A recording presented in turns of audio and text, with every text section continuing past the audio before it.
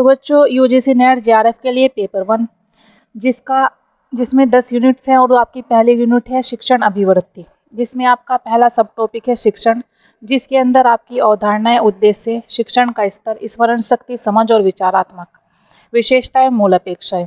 तो अवधारणाएं, उद्देश्य, शिक्षण के स्तर, स्मरण शक्ति, समझ और विचारात्मक, इनकी वीडियोस हमने बना दी थी। अब आज आपकी वीडियो है शिक्षण की विशेषताएं एवं मूल अपेक्षाएं। तो शिक्षण की विशेषताएं एवं मूल अपेक्षाएं। शिक्षण एक ऐसा शब्द है जिसका सीधा संबंध शिक्षण से है। मनुष्य एक सामाजिक प्राणी है तथा वे समाज में ही अपने व्यक्तित्व को बनाए रख सकता है। मनुष्य समाज में रहकर ही अपना व्यक्तित्व बनाए रख सकता है। बिना समाज के वे नहीं रह सकता। मनुष्य का जीवन संभव ही नहीं है बिना समाज के। इसी कारण कहा जाता है कि समाज के बिना शिक्षण नहीं किया जा सकता और शिक्षण को एक सामाजिक क्रिया माना गया है। तो अगर आए कि शिक्षण कैसी प्रक्रिया है? सामाजिक प्रक्रिया है। शिक्षण की विशेषताएं। शिक्षण वह प्रक्रिया है जो शिक्षा के मुख्य घटकों शिक्षक, शिक्षार्थी एवं विषय वस्तु से संबंध स्थापित करती है। देखो 3 घटक होते हैं आपके शिक्षण में। एक शिक्षक होता है, एक शिक्षार्थी होता है और एक आपका सिलेबस मतलब विषय वस्तु होती है।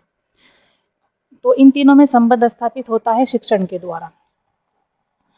तो शिक्षण की पहली विशेषता है अधिगम उत्पन्न करना। धन के विपरीत ज्ञान खर्च होने वाली चीज नहीं है। आपका धन खर्च हो जाता है, ज्ञान बांटने से बढ़ता है, लेकिन शिक्षार्थी को ज्ञान तभी दिया जा सकता है जब वे ज्ञान प्राप्त करना चाहे। देखो ज्ञान जबरदस्ती नहीं दिया जा सकता है, ये तभी दिया जा सकता है जब कोई शिक्षार्थी ज्ञान को प्राप्त करना चाहता हो। वास्तव में शिक्षण का उद्देश्य यही है कि शिक्षार्थी में ऐसी भावना का विकास करे कि वे स्वयं सीखने के लिए प्रेरित हो। शिक्षण एक स्वतंत्र क्रिया नहीं है, इसका एक निश्चित उद्देश्य तथा निर्धारित लक्ष्य होता है। कई क्रियाओं का मिश्रण। शिक्षण विभिन्न क्रियाओं का मिश्रण होता है। इसमें विषय वस्तु का प्रस्तुतिकरण, व्याख्या, अभिप्रेरणा आदि कई प्रकार की चीजें आती हैं।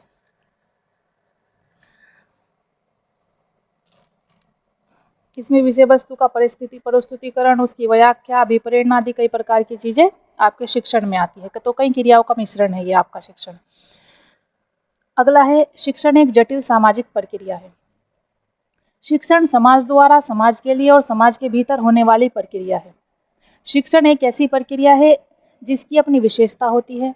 ये समाज में शामिल सदस्यों के मनोभाव से प्रभावित नहीं होती। देखो ये शिक्षण समाज के द्वारा समाज के लिए और समाज के भीतर होता है, लेकिन समाज में शामिल सदस्यों के मनोभावों से ये प्रभावित नहीं होता है। शिक्षण कला एवं विज्ञान दोनों है। शिक्षण की प्रकृति विज्ञान प्रधान भी है और कला प्रधान भी।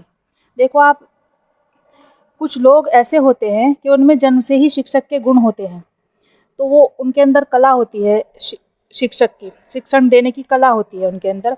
वे विभिन्न प्रकार की कलाओं से बच्चों को निखार देते हैं, मतलब शिक्षण का गुण उनमें जन्मजात होता है, लेकिन इसके लिए वे वैज्ञानिक विधियों का सहारा लेते हैं। इस प्रकार शिक्षक एक कला भी है और विज्ञान भी। कुछ होते हैं उनके अंदर कला होती है सिखाने की, लेकिन उसके लिए वो विज्ञान की विधियों का सहारा लेते हैं, तो वो एक विज्ञान भी है। तो कला भी है और विज्ञान भी। शिक्षण अध्यापक के परिश्रम का प्रतिफल है। जो शिक्षण है वो अध्यापक के परिश्रम का प्रतिफल होता है। शिक्षण की क्रिया में अध्यापक इस प्रकार परिश्रम करता है कि विद्यार्थी कुछ सीख सके। शिक्षक का लक्ष्य शिक्षार्थी को कुछ सिखाना होता है, उसी के लिए वो परिश्रम करता है। और कुछ जब स्टूडेंट कुछ सीखता है तो वो शिक्षक के परिश्रम का फल होता है। शिक्षण में संप्रेषण कौशल की प्रधानता होती है। एक अच्छे शिक्षण में कर्म, ज्ञान एवं भावनाओं का सफलतापूर्वक संप्रेषण मतलब 2 लोगों का आपस में संपर्क स्थापित करना।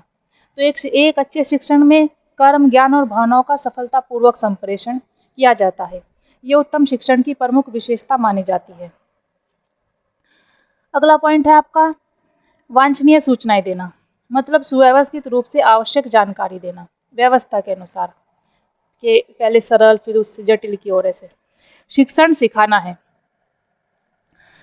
इसके अनुसार शिक्षक को शिक्षार्थी की रुचि, अक्षमता, योग्यता तथा आवश्यकता का पता लगाना चाहिए कि उसकी रुचि कहाँ में है, उसकी अक्षमता कितनी है, उसकी योग्यता कितनी है, उसे आवश्यकता किस चीज़ की है, उसी के अनुसार उसका मार्गदर्शन करना चाहिए। मॉन्टेसरी, किंडरगार्टन प्रोजेक्ट तथा डाल्टन एवं बेसिक शिक्षा आदि शिक्षण विधि का निर्माण इसी सिद्धांत के आधार पर हुआ है। नेक्स्ट है आपका चुने हुए तथ्यों का ज्ञान। ज्ञान भंडार बहुत विशाल है। इतने ज्ञान को बालक इतने कम समय में नहीं सीख सकता। अतः शिक्षण द्वारा बालक को चुने हुए शैक्षिक एवं लाभप्रद तथ्य बताने चाहिए। देखो, जिसकी ज़रूरत है वही बताना चाहिए। ज्ञान भंडार बहुत ज़्यादा है, ये नहीं कि सब कुछ ही दे दिया। स्टूडेंट को बनना डॉक्टर था और आपने कहीं और का ज्ञान अता कर दिया उसको। सहानुभूतिपूर्ण, अध्यापक को विद्यार्थी के साथ दोस्ताना व्यवहार करना चाहिए। स्टूडेंट्स मतलब विद्यार्थी गलती करते हैं तो उसका ये नहीं कि उसको सज़ा दी जाए। शिक्षक का कार्य उसकी गलतियों को सुधारना होता है। सहयोग पर आधारित, शिक्षक को शिक्षार्थी का सहयोग करना चाहिए।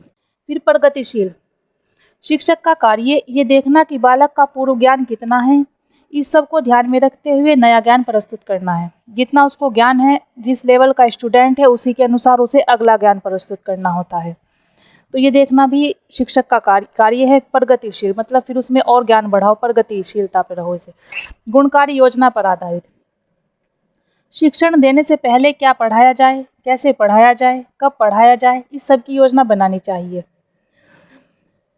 फिर है आपका निर्देशात्मक, डायरेक्शनल, शिक्षण में बालक को निर्देश देना चाहिए, ना कि आदेश।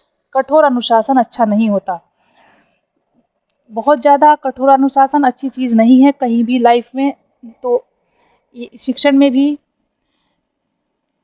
में भी आपको निर्देश देना चाहिए, ना कि आदेश। निदानात्मक एवं उपचारात्मक, ऑब्जेक्टिव टाइप टेस्ट से बालक की योग्यताओं, विशेषता और क्षमताओं का पता लगाना निदानात्मक है, यानी कि पता लगाए कि कितने का निदान हो गया है। तथा सीखने में पिछड़ेपन के कारणों का ज्ञान प्राप्त करके शिक्षण को उपचारात्मक बना सकते हैं, कि जिसमें कहाँ कहाँ कमी रह गई है, कि क्यों नहीं सीखा है स्टूडेंट्स ने, उन सब का ज्ञान प्राप्त करके शिक्षण को उपचारात्मक बना सकते हैं, उन सब का उपचार कर सकते हैं। ठीक है, अब आपका अगला पॉइंट है और आप ये लास्ट पॉइंट है आपका, शिक्षण की मूल अपेक्षाएं।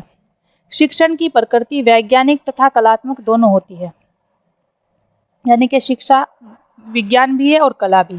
तो शिक्षण की प्रकृति वैज्ञानिक तथा कलात्मक दोनों होती है। शिक्षण बालक को भावी जीवन के लिए तैयार करता है। इसकी मूल आवश्यकताएं इस प्रकार है। शिक्षण शिक्षार्थी को ज्ञान प्रदान करता है। शिक्षण छात्रों में जिज्ञासा उत्पन्न करता है, कि उन्हें सीखने की कोशिश हो जाती है उनके अंदर। शिक्षण वर्तमान एवं भावी जीवन के लिए निर्माण का एक महत्वपूर्ण साधन है। जो वर्तमान लाइफ है और भावी लाइफ है, अपना फ्यूचर बनाने के लिए उसके निर्माण का एक महत्वपूर्ण साधन है। शिक्षण के माध्यम से शिक्षार्थी के व्यवहार में परिवर्तन किया जाता है। देखो, शिक्षा का मुख्य उद्देश्य व्यवहार में परिवर्तन और विद्यार्थी का सर्वांगीण विकास है। इससे उसमें अच्छे गुणों का विकास किया जाता है। शिक्षण क्रियाओं द्वारा अध्यापक शिक्षण की विभिन्न बातों से परिचित होता है। शिक्षण द्वारा विद्यार्थियों के भावनात्मक, ज्ञानात्मक और क्रियात्मक पक्षों को समझने में सहायता मिलती है, जिसको 3H भी बोलते हैं। ये मैंने आपको बताया था पिछली वीडियो में। और ये ज्ञानात्मक, भावनात्मक और क्रियात्मक ये ब्लूम का मॉडल है। शिक्षण क्रिया अनुदेशन का निर्माण करने के लिए वैज्ञानिक आधार प्रदान करती है। शिक्षण द्वारा विद्यार्थी की रचनात्मक शक्ति को विकसित किया जाता है। इससे विद्यार्थी नवीन ज्ञान की खोज, नवीन चिंतन एवं आविष्कार आदि करने में सक्षम होता है। उसे नया ज्ञान प्राप्त होता है, नए तरीके से सोचता है और नए आविष्कार करने के लिए सक्षम हो जाता है। शिक्षण क्रिया सीखने की परिस्थितियां उत्पन्न करने में सहायता देता है। सीखने की जो शिक्षण है वो आपकी सीखने की क्रिया की परिस्थितियां उत्पन्न करने में सहायता देता है, कि ऐसी परिस्थितियां बनाई जाती है जिससे स्टूडेंट सीख सकते हो। जैसा स्टूडेंट होगा वैसा ही वातावरण तैयार किया जाता है। 10वां है आपका, शिक्षण विद्यार्थी में क्रियाशीलता, संगठन, अक्षमता एवं व्यवहारिक गुणों का विकास करता है। विद्यार्थी में क्रियाशीलता, संगठन, क्षमता एवं व्यवहारिक गुणों का विकास करता है। आज के लिए इतना ही। आपके जो नेट JRF का पेपर 1 है उसका है शिक्षण अभिवृत्ति। उसका पहला सब टॉपिक है शिक्षण, अवधारणा, उद्देश्य, शिक्षण का स्तर, स्मरण शक्ति, समझ, विशेषता एवं मूल अपेक्षाएं। तो इसकी इन्हीं 3 वीडियोज़ में हमने बना दिया है और ये हो गया है आपका। आगे आपको जल्दी जल्दी वीडियोज़ मिलेगी, तो आप बने रहें और देखते रहें, ठीक है। और JRF अपना लक्ष्य बनाएं।